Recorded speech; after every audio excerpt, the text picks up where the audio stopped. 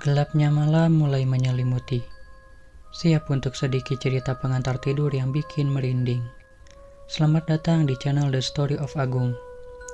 Kali ini aku akan membawamu ke sebuah kisah dongeng sebelum tidur. Sebelum kita mulai, jangan lupa ya, dukung terus channel ini dengan cara subscribe, kasih like.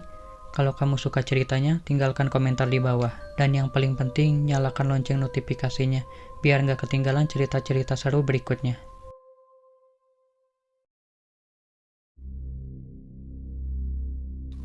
Cerita ini dimulai pada malam hari. Ada sepasang kekasih yang bernama David dan juga Sinta. Mereka baru saja selesai jalan-jalan pada malam itu. David pun akan mengantarkan Sinta pulang ke rumahnya.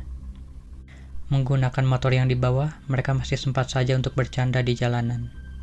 Sampailah mereka berdua di gerbang rumahnya Sinta. Sinta pun turun dari motor. "Vid, mau masuk rumahku dulu nggak?" tanya Sinta. Enggak dulu deh, Sin. Lain kali aja. Ini kan udah malam," kata David. "Oh gitu, ya udah kalau gitu hati-hati ya," kata Sinta. Di saat David ingin melajukan motornya, tiba-tiba saja mesin motor itu pun mati. Kenapa nih motor? Kok malah mati?" kata David sambil menyalakan kembali motornya. "Kenapa, Vid?" tanya Sinta heran. "Gak tahu nih. Perasaan tadi baik-baik aja, kok sekarang malah jadi mati?"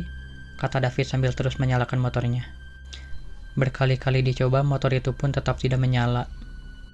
"Ih, nih motor malah mati lagi," kata David kesal. "Mogok apa?" tanya Sinta. "Iya dikayanya, Sin, malah mogok nih motor," kata David. "Terus gimana dong?" tanya Sinta. Ya udah deh, kalau gitu aku jalan kaki aja deh pulangnya," kata David. Sinta kaget. "Hah? Jalan kaki? Nggak salah.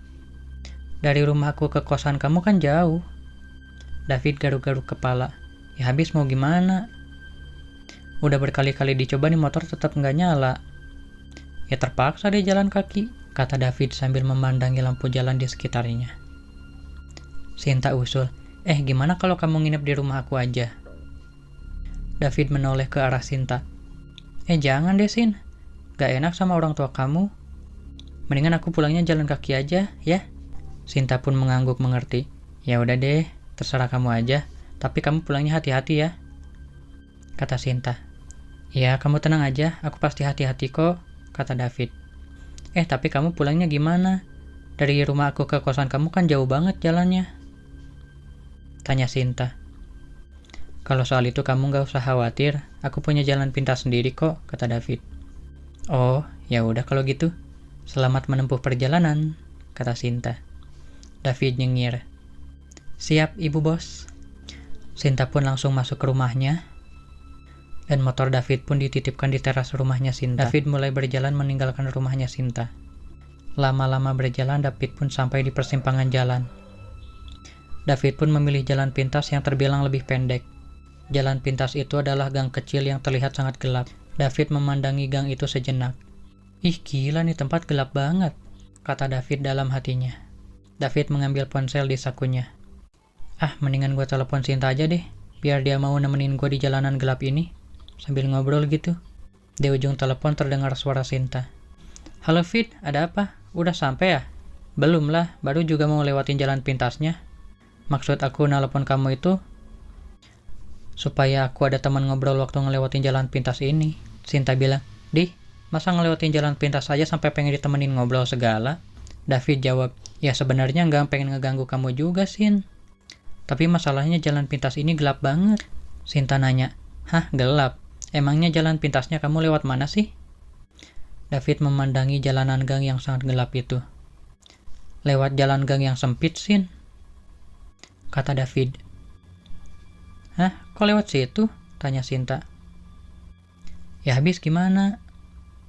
Cuman ini satu-satunya jalan yang dekat ke kosan aku," kata David. "Ya udah deh, kalau memang gak ada pilihan lain dan kamunya berani, ya udah masuk aja," kata Sinta. "Ya kalau dibilang berani ya berani gak berani sih," kata David sambil berjalan memasuki gang itu.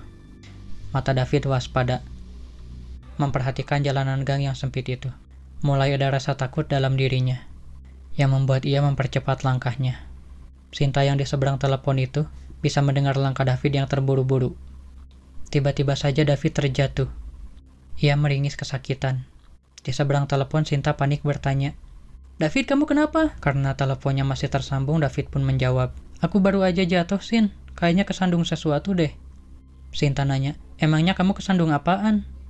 David kembali berdiri. "Nggak tahu juga sih. Tapi kayaknya aku kesandung sama yang ngegelinding gitu," kata David. "Ngegelinding? Maksudnya bola?" tanya Sinta. "Nggak tahu pasti sih, tapi mungkin aja," kata David.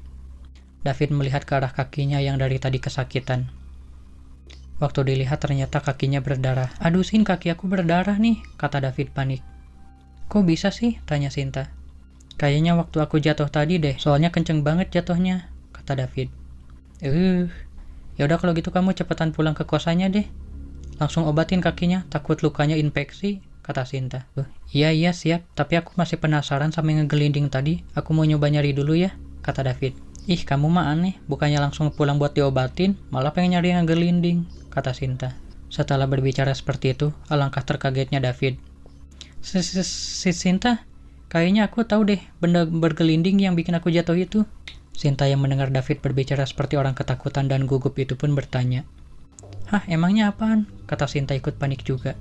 Di seberang telepon sana, dengan suara yang masih gemeteran, David bilang, "Sin, ternyata benda itu kepala pocong." Sinta kaget, "Apa? Kepala pocong?" "Ya udah kalau gitu sekarang kamu lari," teriak Sinta di telepon. David pun berlari sekencang mungkin untuk menghindari kepala pocong itu.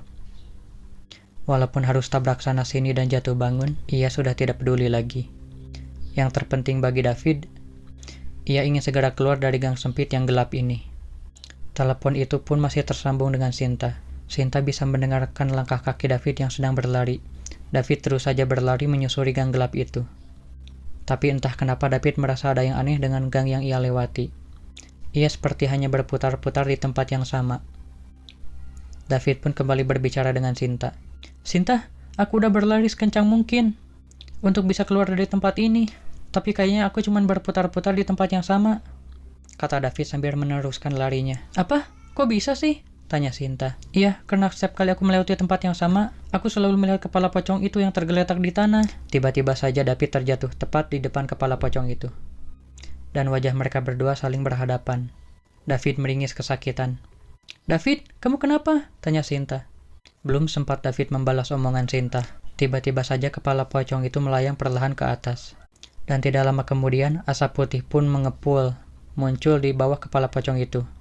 Dan asap putih itu membentuk badan pocong secara utuh, yang menyatu dengan kepalanya. David pun semakin shock melihat penampakan itu. David mundur perlahan menjauhi pocong itu. "Sinta, pocong itu sekarang utuh, bukan cuma kepala doang, tapi full badan juga," panik David di telepon. Sinta pun kaget mendengarnya. "Apa? Seriusan?" tanya Sinta. Di kuping David terdengar suara bisikan, "Lepaskan, lepaskan, lepaskan." David yang mendengar suara itu pun bergidik ngeri. "Sinta, aku takut banget. Aku ngedengar suara bisikan di telinga aku. Katanya minta tolong untuk dilepaskan," kata David. "Hah? Lepaskan apa, David?" tanya Sinta. "Aku nggak tahu apa yang minta dilepaskan." "Kamu tahu nggak?" sambungnya. Sinta pun berpikir keras. "Oh, aku tahu deh kayaknya. Kayaknya dia pengen minta tolong ke kamu untuk melepaskan tali pocongnya," kata Sinta. "Apa? Yang bener aja dong. Masa aku harus melepaskan tali pocongnya dia? Sedangkan aku sendiri kan juga ketakutan melihat sosoknya," kata David. "Ya habis mau gimana lagi, kalau nggak gitu kamu nggak bakal mungkin bisa keluar dari tempat itu," kata Sinta. "Jadi aku harus melepaskan tali pocong ini," kata David. "Iya, udah buruan lepasin aja. Lawan ketakutan kamu. Kamu harus berani," kata Sinta. "Iya udah deh, aku coba," kata David sambil mendekati pocong itu. "Sinta, aku nggak kuat nih. Pocongnya bau banget, bau busuk. Mukanya serem banget lagi,"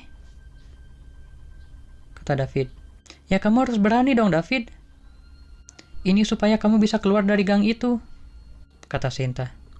David pun mencoba mengumpulkan keberaniannya. Tangan David memegang tali pocong itu. Dengan keberanian yang dipaksakan, akhirnya David bisa melepaskan tali pocong itu.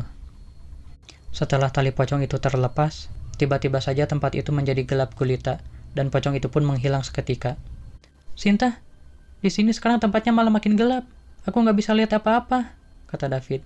Apa, kok bisa? Tanya Sinta. Tiba-tiba saja muncul sebuah cahaya terang yang menyilaukan mata David. David yang kesilauan itu pun menutup matanya. Setelah cahaya itu hilang, David pun kembali membuka matanya. Alangkah terkagetnya David waktu melihat kalau sekarang dia sudah berada di gerbang depan kos-kosannya. David pun tidak menyangka dengan apa yang ia lihat ini, tapi ia sangat bersyukur karena ia sudah kembali ke tempat yang seharusnya. Dengan bahagia David bilang, Sinta, ternyata aku sudah balik ke kos-kosan aku. Hah, yang benar kamu, kata Sinta. Ya udah kalau gitu sekarang kamu masuk ke kosan kamu, terus obatin luka yang ada di kaki kamu itu, supaya nggak infeksi lukanya, sambung Sinta. Iya Sin, siap-siap, kata David. Akhirnya David pun masuk ke kosannya dan mulai mengobati luka kakinya. Telepon itu masih tersambung. Sin, aku trauma, aku udah nggak mau lewat gang sempit yang mengerikan itu lagi, kata David. Iya David, aku juga nggak setuju kalau kamu lewat situ lagi, tempatnya ngeri banget. Apalagi ketemu sama yang begituan, serem. Yang terpenting kamu sudah sampai kosan dengan keadaan yang aman, kata Sinta.